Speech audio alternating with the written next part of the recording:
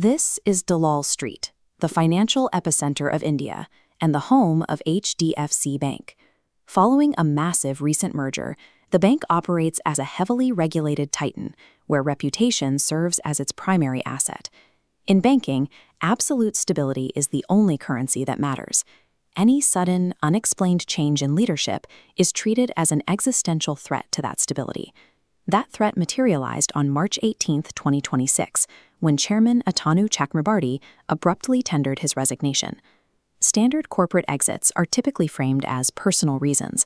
Chakrabarty, however, broke protocol, explicitly citing a lack of congruence with his personal values and ethics. The market response was immediate. Media speculation centered on a boardroom power struggle, raising the immediate prospect of a massive institutional sell-off. Forced into a corner, HDFC Bank convened an emergency investor call on 12 hours' notice, a high-stakes exercise in real-time corporate damage control.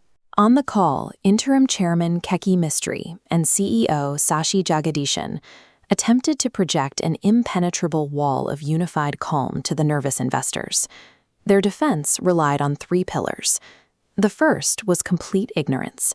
The board claimed they repeatedly interrogated Chakrabarty for specifics, but were given no examples of actual ethical breaches.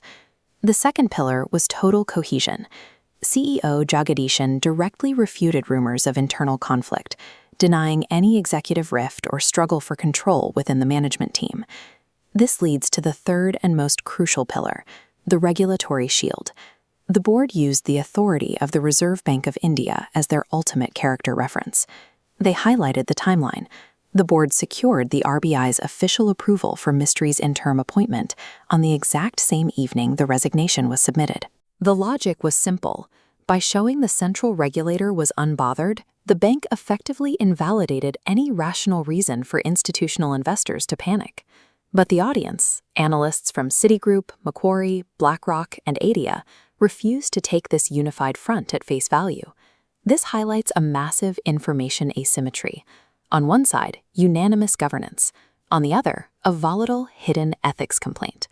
BlackRock questioned how a professional board could passively accept an ethics resignation without immediately demanding an investigation into the breach. ADIA pushed further, framing the resignation letter as an active attack on the bank's reputation, one that required an aggressive counter-investigation to resolve. The standoff continued. The board rigidly maintained that all internal committees were functioning perfectly, offering no new context to the frustrated analysts. This created a corporate stalemate. Investors knew context was being withheld, but without hard evidence, they lacked the leverage to force a more transparent answer. Tactically, the call worked. The board successfully bought 3 months of breathing room under interim leadership to stabilize the institution's image. Corporate governance architecture functions as a mechanical shock absorber, engineered to protect the institution's valuation from the friction of executive volatility. Internal mechanisms like audit committees and risk policies are designed to lock down and stabilize the system the moment a single human variable acts unpredictably. To the investor, the bank's system performed flawlessly. It didn't solve the mystery of why chairman left. It successfully suffocated the panic that followed him out the door. The HDFC incident reveals a core truth of high finance.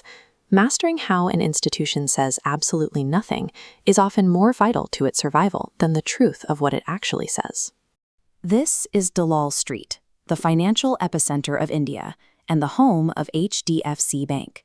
Following a massive recent merger, the bank operates as a heavily regulated titan, where reputation serves as its primary asset.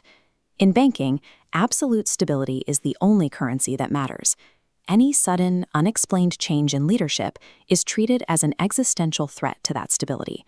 That threat materialized on March 18, 2026, when Chairman Atanu Chakrabarty abruptly tendered his resignation. Standard